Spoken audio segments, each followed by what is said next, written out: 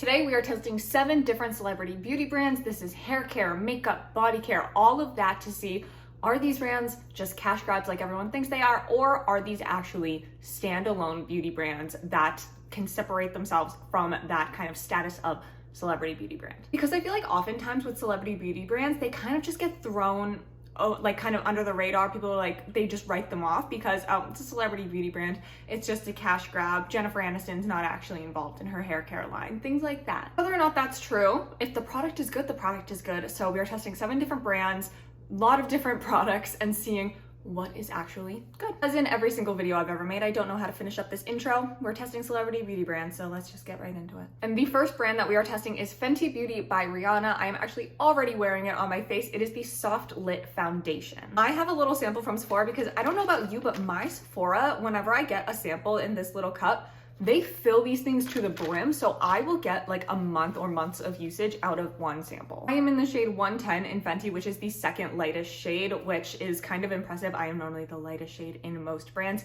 Fenty, I believe, has 45 different shades in their shade range, which is one of the highest I've seen. And that is how Fenty came onto the market. They said, we're gonna have shades for everybody, and they have consistently done that in all of their complexion ranges and kind of forced other brands to expand their ranges as well, all over the shade range, to the deepest to the lightest. And I think because they did that, Fenty was never really looked at as just another celebrity brand, even though it was one of the first really popular celebrity beauty brands. It was never just seen as a celebrity beauty brand because they came out with a mission, with a statement with their launch. They said, we are here to fix a problem in the beauty industry. It was not just a cash grab. They were solving a gap. They were filling a gap in the market. And even now to this day, I feel like Fenty isn't looked at as a celebrity beauty brand. Yes, Rihanna is attached to it. Yes, Rihanna does a lot of promotion. Yes, Rihanna is in all of the posters, but people are never like, oh, I'm buying this because it's Rihanna's brand. They're buying it because Fenty makes good products. I am wearing the Soft Lit Foundation in the shade 110. I feel like I am somewhat of a connoisseur of the glowy luminous foundation, and this one I have to say is really nice because it is a full foundation. You got a solid medium coverage with this foundation, and it really gives you that luminous kind of candlelit glow like it's supposed to when, you know, it says in its advertising. Because right now I have the Makeup by Mario setting powder over top of this, and you can still see so much of that glow coming through all over my face. Now, that being said, this is a foundation that you do have to touch up throughout the day. Otherwise, you may look like a slight grease ball at the end of the day. So I would recommend, if you're going out, take a powder with you so that way you can touch up, kind of mattify your T-zone throughout the day, because it is so luminous. And in terms of longevity, this is a foundation that I will use if I need it to last all day long because it doesn't break up. That glow really comes through throughout the day, but it doesn't break up your makeup. So it's not like greasiness and oiliness is coming through underneath your makeup, but just that glow is breaking through throughout the day. It's a stunning medium coverage luminous foundation. It's not glowy, but it is luminous. Before we finish up the rest of my makeup, I need to fix my hair, which gives us a perfect segue into our next celebrity beauty brand, which is LolaVie by Jennifer Aniston. This is Jennifer Aniston's hair care brand. It honestly kind of makes a lot of sense for Jennifer Aniston to launch a hair care brand, not just because of like her hairstyles in the 90s that I wasn't even considering, but she was the face of Living Proof for like, I feel like 8 years or something. She was the face of that hair care brand for a long time. I assume being in that kind of ambassador space, she had to have learned something about hair care, so it makes a little bit of sense that she would launch a hair care line over any other sort of beauty line or household kind of lifestyle line. So I have 4 products here from the line. I have the Restorative Shampoo and the Restorative Conditioner, the Glossing Detangler, and the Lightweight Hair Oil. The shampoo and the conditioner are both $31. The Glossing Detangler is $28 and the hair oil is $33. So while that is up there in price, that is kind of on par with like Living Proof and Redken. Those kind of live between that like $26 to $35 range. So this is in a similar range to other high-end hair care that I think it's trying to be compared to. We are going to go in with the hair oil right now because I feel like I just need to defrizz my hair. It's a bit poofy, it's a little bit unruly. So it does come in a dropper. It's completely clear. 1, 2, 3, 4, I feel like should be enough. Is probably actually like the lightest weight hair oil or just oil in general. It doesn't have that slip that a lot of oils have. It almost feels like it's kind of dissipating, which I think is so interesting because it really doesn't feel like much on the hands, but then in the hair, I feel like if this does one thing for my hair, it makes it very shiny. Like it amplifies that shine almost a little too much. Like I feel like my hair right here, like it looks a bit greasy now, and I don't feel like I used more hair oil than I normally would with another hair oil. Okay, so we were able to break that up a little bit. I still feel like it kind of borders that line between shiny and oily. While this does give my hair a lot of shine, I will say I'm not noticing any sort of difference in softness in my hair. And I don't know, you tell me, do you notice a difference in the level of frizz in my hair from before I put this oil into now? Because I don't know if I do. I definitely notice that there's more shine in my hair, but in terms of frizz and softness, I don't know if it's really doing anything. It says it is supposed to hydrate, fight frizz, and smooth split ends and boost shine. Definitely boosts shine. My hair is definitely shinier. But in terms of frizz, I don't know if I see a difference in my hair. I have been using this for the past 4 or 5 days as just like my daily hair oil, and consistently I just don't know if I'm seeing a difference with frizz, and I'm definitely not feeling a difference in softness of my hair. This is definitely a fantastic oil if you are looking to add shine to your hair and you want something that is virtually weightless. This is really nice for that. But if you're looking to like smooth your hair down, fight frizz, I don't think that this is the best thing for that, is not on my hair at least. So $33 for an oil that doesn't do everything I want it to do. Personally, I wouldn't buy it again. And while we're here, let's just go through the rest of the line. So starting in order, let's just go with the Restorative Shampoo. This is a shampoo that gently cleanses and nourishes the hair and scalp with vegetable ceramides, botanical extracts, and B vitamins like niacinamide and biotin, and repairs the look of existing damage while protecting from future damage by harnessing the power of chia seeds. One thing that is very unique about this shampoo is that when you initially pour it out, it is a gel, a completely clear gel. But when you rub your hands together, it doesn't lather up like a typical shampoo would. It kind of transforms into a cream on your hand, which I have to say is very unique. I have never used a shampoo that does gel to cream before, but then once you put it in your hair, it really lathers up quite nicely. I had no problem spreading it over my scalp, getting it to all of the areas that I needed to get it to. I will say this is a shampoo that is not for the faint of heart. This was my hair before I used shampoo. This was, I believe, day 4 or 5 hair. So it definitely needed to be washed. It was getting greasy, and this is my hair today. This is day 4, and my hair looks like it was washed yesterday. Like, this is an intense cleanse, and it comes at a slight cost, and the cost is that my hair was squeaky clean. If you just ran your hands down them like this, squeaky clean. Now I will say it did not feel like straw. It wasn't like that. It was squeaky though. Like, this cleanses very intensely. When I took my shower, I had some hair wax in my hair from a slick back look. Normally my typical shampoo that I use is the red kinetic bonding, and I will have to go in with that a couple times on those areas that I use the hair wax just to get it out completely, because it's a little difficult to remove. This got it out first try. And I think it's so funny because the bottle itself says a restorative shampoo that gently cleanses and nourishes the hair. It is not a gentle cleanse. This is the most intense shampoo I think I've ever used. The gel to cream experience and the actual lather of the shampoo was a very nice experience. After I rinsed out the shampoo, when I was running my hands through my hair, I did notice I had a lot more tangles in my hair than I typically do, and that I think is just a byproduct of how intense of a shampoo it is. But I guess that's kind of one of those things you have to deal with to get a shampoo that is going to remove hair wax. And also, this is day 4 hair, and it looks like my hair was washed yesterday. So there is a bit of give and take.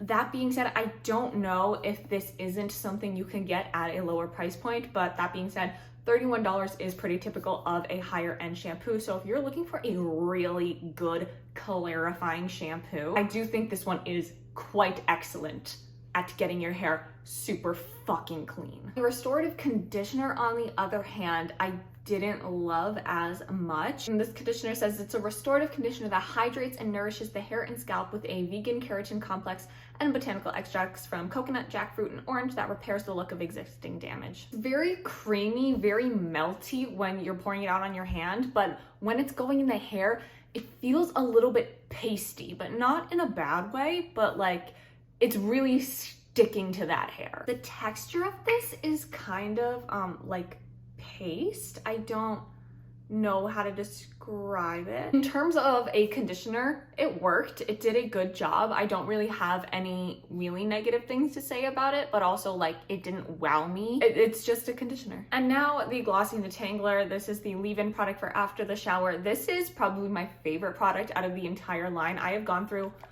almost an entire bottle, like my bottle is down to here. This is a multitasking lightweight spray, we'll get into that helps detangle, prime with vegan thermal shield, enhance shine with lemon extract, smooth with a superfruit complex and vegetable ceramides, and protect against damage by harnessing the power of chia seeds. First claim, lightweight. No, it's not. This is a kind of cream to liquid is the consistency of the product in the bottle, and then it comes out a spray, so it's not lightweight at all. My hair can take a lot of product. I have thick hair and I have a lot of it. My hair strands themselves are fairly coarse and I have a lot of freaking hair, and this definitely has the potential to weigh my hair down if I use too much of it. I do use a significant amount of this and I find that it's perfect for my hair, but if you have fine hair, thin hair, I don't think you'll like this because it might weigh down your hair more than you would like. I personally really like it for my hair. I think it adds a lot of softness, a lot of shine, detangles very nicely. The scent is just phenomenal. They all kind of have the same scent, but they vary slightly, and this is my favorite variation of the scent. But I find that it does a good job as a heat protectant. It detangles my hair. It adds a lot of shine, softness, smoothness to my hair. So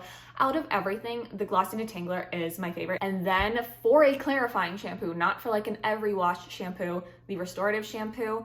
And then I don't know, these two are kind of tied for third place because I don't think either of these are necessary. Neither of these really wowed me. So overall, I would say this is a solid celebrity beauty brand. Doesn't feel like just a cash grab. It might be, but at least the products are good, you know? Okay, now let's get back to my makeup so we can finish that up. First, we are going in with a bronzer. This is from Flower Beauty by Drew Barrymore. This is their Heatwave Luminous Bronzer. Flower Beauty by Drew Barrymore.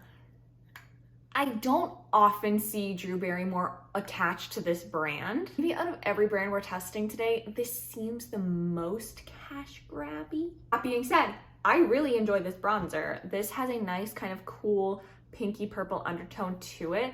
It has a slight luminosity. I'm just gonna pick this up on a small fluffy brush and kind of go in and warm up that cheek, kind of bronzer a little bit with it because it has that like semi-purpleness to it. It's gonna add dimension and warmth to my face because it has that pink and that purple. And some slight luminosity as well. I do think this is an extremely blendable, very unique undertone bronzer that is hard to find in a lot of bronzers. But in terms of just a bronzer, separated from the fact that it is a celebrity beauty brand, I think this is a absolutely lovely bronzer. It's blending beautifully. The undertone is spectacular. I really don't have anything bad to say about the product itself. Warmed up my skin, blended nicely. It's not patchy. It's a little bit luminous. It added warmth, it added dimension. It was extremely blendable. A very, again, unique undertone that is hard to find in a bronzer. This kind of like pinky purpleness. So from Flower Beauty, whether or not you think it's a cash grab, personally, if I'm sharing my own opinion, I think it may be a little bit of a cash grab. I don't know how involved Drew Barrymore is with the brand, but this bronzer is quite lovely. And this is what I was saying about the foundation, is that it gets very luminous, and I've only been wearing it for about an hour and I'm already kind of going in and dusting some powder again over top. Our next celebrity beauty brand is r.e.m. Beauty by Ariana Grande. At first, I thought that this was a complete cash grab when it launched because I was like, what? I know Ariana Grande has some popular makeup looks and is really, you know, known for her makeup style, but what is she doing owning a beauty brand? And then I found out it was owned by Forma Beauty, and then I was like, this really seems like a cash grab. But what really turned me around on r.e.m. Beauty was when Forma filed for bankruptcy. They were dropping a lot of their brands. They were getting rid of a lot of them. r.e.m. Beauty was on the chopping block, and Ariana Grande bought r.e.m. Beauty from Forma Brands. So now she owns 100% of her own beauty brand, and that, to me, I was like, oh, this is something she really cares about. This is something that she wants and wants to be a part of. This isn't just her face on a brand owned by a giant conglomerate. So that's what really changed my opinion on r.e.m. Beauty. And I'm very glad that I decided to buy things from them, because their Hypernova Satin Matte blushes are my favorite powder blush formula on the entire market, hands down. I have the shade Pinking of You right here. This is a just delicious, blendable, gorgeous formula. Satin Matte is completely correct. It has a little bit of a healthy look to it. It's not a flat matte. It's not going to blur your face, but it looks so gorgeously skin-like while being a powder. And this shade Pinking of You is just the perfect, most perfect cool toned pink, especially on a fairer skin tone like my own. They're extremely blendable, not too pigmented.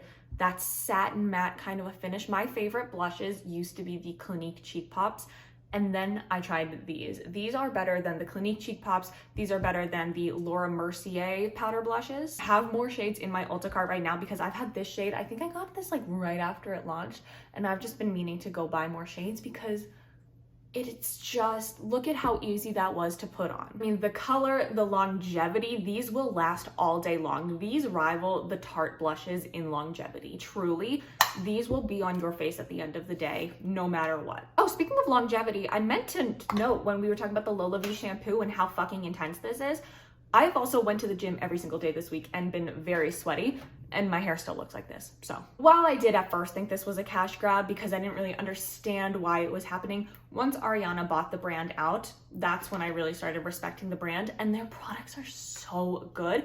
This makes me want to try more things from r.e.m. Beauty because of how good this is. I was like, everything else, like, if their random powder blush is this good, how good is everything else? So r.e.m. Beauty is definitely a celebrity beauty brand that I recommend, and I don't even consider this blush like celebrity beauty brand. Like, I would recommend this to literally anybody because it is so good. Our next celebrity beauty brand is Rare Beauty by Selena Gomez. I have their highlighters to try today. I've been using this for a long time, but I have tried a lot from Rare Beauty. I have tried their foundations, their concealers, their liquid blushes, their lip glosses, their highlighters. I have tried and loved a lot from this brand. This is one of those brands that doesn't feel like a cash grab, and it didn't when it started because it came out with a mission. They said, here's this makeup brand, also proceeds are going donated to mental health. So there was a very strong mission that was announced with the brand when it launched. So it never felt like, oh, Selena Gomez is just making a beauty brand. It really made a lot of sense because of Selena's history of being very open with her mental health. And so to come out with a brand that is supporting mental health and the brand being attached to the Rare Impact Fund, it really felt like a well-rounded, full, complete, thought-out process. And it didn't feel like it was just Selena Gomez slapping her face on a brand. Now, I don't know how involved Selena is with the making of the products. I'm sure there are other people who are involved in that. It may well be that now she is kind of more of the face of the brand and kind of the inspiration behind the brand, but either way, the products are good. This is the Silky Touch Powder Highlighter in the shade Enlighten. It's like a white champagne, but these are quite intense, which when these launched, I was a bit surprised because the whole thing about Rare Beauty is you are rare. Like, feel free to feel yourself and see yourself and be yourself. And so these are so blinding. It's like, wow, okay. This is how much I'm picking up on my brush. And this is what it looks like.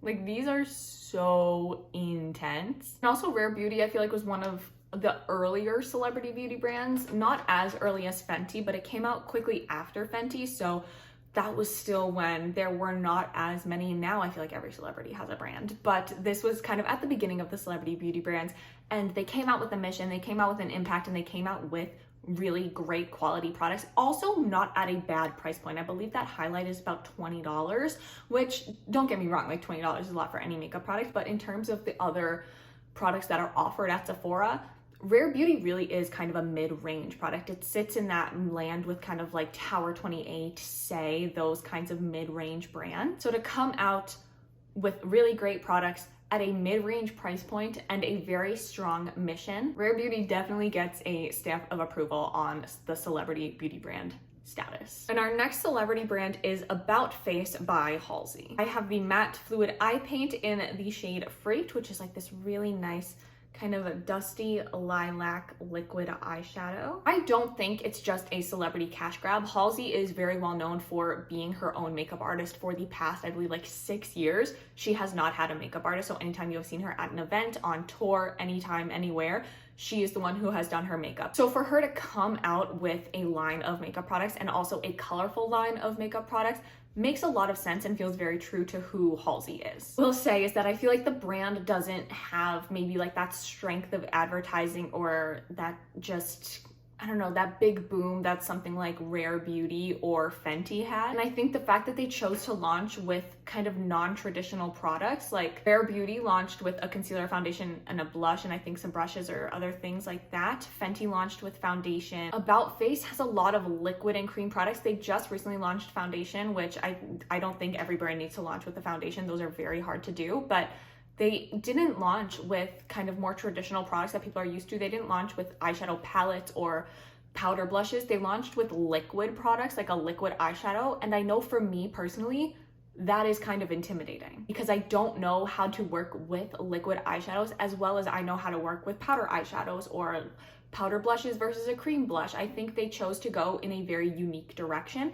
And while I think that's very true to Halsey, and I think that that is very true to the brand, and I think the brand has a really great sense of self, I do think that kind of learning curve, maybe, that uniqueness might have gotten in the way of preventing the brand from being as, you know, big as I think it could be. And I am still learning how to use liquid eyeshadows. I am not the best at them by any means. Like I said, they are a little bit intimidating. I don't know if I'm supposed to put them on the eye first, put them on the brush first, blend them out, blend it out with my finger. I am not quite sure. So we are kind of going to figure this out together. I feel like the best way might be to just draw it on the eye and then blend it out with a dense kind of brush. So I also have concealer on my eyelids. I probably shouldn't have done that. Closer to my lash line and then try and blend that out. Just a dense brush. I'm just gonna tap it. I feel like buffing is probably not the way to go with something like this. And I will say, I saw this brand and I didn't buy anything from About Face until it was around for maybe already over a year. Again, because I was like, oh, the liquid eyeshadows, I don't know how to use those. And so that really prevented me from trying the brand. Even though I like Halsey, I love makeup, it's just there was that kind of barrier to entry of the brand for me. I feel like that came out really nice. Like it's not patchy whatsoever. It blended very nicely, smooth, seamless. It's a very, very creamy formula. It is very, very nice. Being unique is really great, and it's something that we really need in the beauty industry. I feel like a lot of brands are just launching the same stuff over and over and over again. So About Face coming out and doing their own thing was really smart and has really set them apart in the industry. But I do think it kind of prevented them from being as large of a brand as I think they could and maybe should be right now. So I do not think that this is a cash grab. I actually think Halsey is pretty involved with the brand. Again, because she was her own makeup artist for years and years. She knows what she's doing in this space, so I commend her for that greatly. And the eyeshadows wear really well. They don't crease throughout the day. They stay put, they're long lasting. These suckers are on there. The last celebrity beauty brand to talk about is Josie Maran. This is started by Josie Maran, who is a model and an actress. Now, I think she just runs Josie Maran full time, which, you know, good for her. She was a pretty well-known model and actress back, I believe, in the 90s and 2000s, and now she has Josie Maran, which is a body care, skincare company. And everything in this company is based around argan oil, which is an oil. There's always this story that she would tell when she was talking about this brand of she went to, I believe it was Morocco, and she was talking to some woman who looked like she was like 20 or 30, but she was actually like 50 or something like that. And she was like, what's your secret? And the woman said, argan oil. And so that's why Josie Maran puts argan oil in everything that she makes. What we have today is the whipped argan oil body butter. And this is, spoiler alert, my favorite body butter ever. The texture is super dreamy and rich without being like dense. Like it's not super heavy. It's pretty lightweight, but it's still so rich. This gives your skin a very nice glow without being sticky or heavy, and the hydration from this really does last like 24 hours. I use this every day when I get out of the shower, and when I take my showers the next morning, when I get in and I'm kind of like rinsing off the night, I can still, like, I'm rinsing off the body butter. It has truly a 24-hour hydration on it. It's not too much. Like, you don't look greasy and oily and yucky. You're not sticky. You're not greasy. A lot of times when I see things that claim 24-hour hydration, I'm like, bullshit. Like, that's not true. But because of the fact that I put this on in the mornings, and then the next morning when I take my shower, I'm literally rinsing it off. But it's not sticky. It's not transferring onto other things.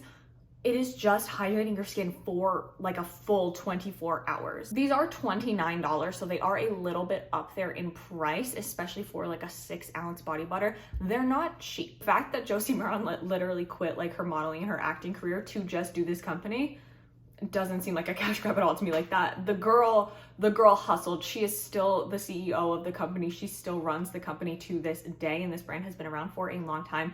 She is heavily involved with this, with the marketing, with the product development. So this brand, if there is anything in here that is not a cash grab, it is Josie Maran. Josie Maran is not a cash grab to me by any means. So going through everything in this video, starting with Fenty Beauty. Do I think Fenty Beauty is a cash grab? No, I do not. Do I think the Soft Lit foundation is a good foundation?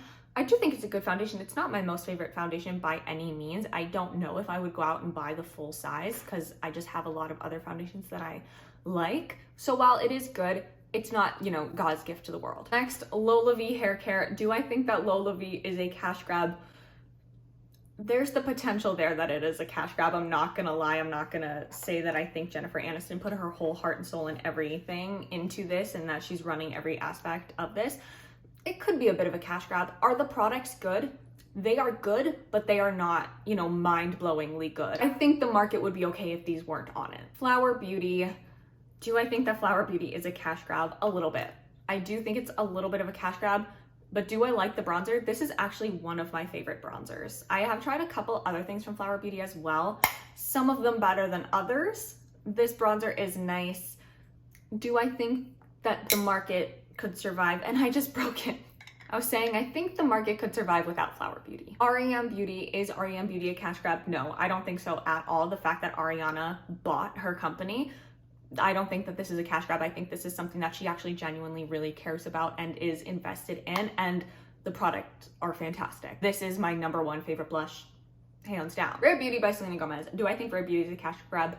No, I don't. It has made Selena a lot of money, but I do not think it's a cash grab. I think it really came from a place of wanting to fulfill this mission that the brand has. So not a cash grab, and the products are good. Do I think that the market needs Rare Beauty? I actually do. I think Rare and Fenty, out of everything in here, I think Rare Beauty and Fenty Beauty have done a lot for the beauty industry that maybe some people don't recognize, that those two brands really challenged a lot of things in the industry, and being as large as they've become have really made a large impact. About Face. Do I think that About Face is a cash grab? No, I don't. I do think that Halsey is very invested in this brand. I think that the fact that it is so unique on the market at the price point that it's at shows that there is a lot of care and love gone into this brand. Are the products the best I've ever tried? This is the only product I've tried, is the matte fluid eye paint. I do think it's good. I haven't tried much else from the brand though, so I can't say whether or not I think the quality of everything is great, but I think the quality of these are really good. And lastly, Josie Maran. This, I'm a little bit biased because this is my favorite body butter. Do I think it's a cash grab? No, I don't. Do I think the products are good? Yes, I do. Are the products overpriced for what they are? In my opinion, yes, they are a little bit overpriced for what they are. I don't think just a bottle of argan oil needs to be $30. Would the market survive without Josie Maran? Yes, it would. But I don't want this to go. Thank you so much for watching. I hope that you enjoyed this video. If you've tried any of these celebrity beauty brands or other celebrity beauty brands and you have thoughts whether or not you think any of these are a cash grab or other celebrity beauty brands are a cash grab or you want to see those ones tested, let me know down in the comments. I will see you in the next video. Bye.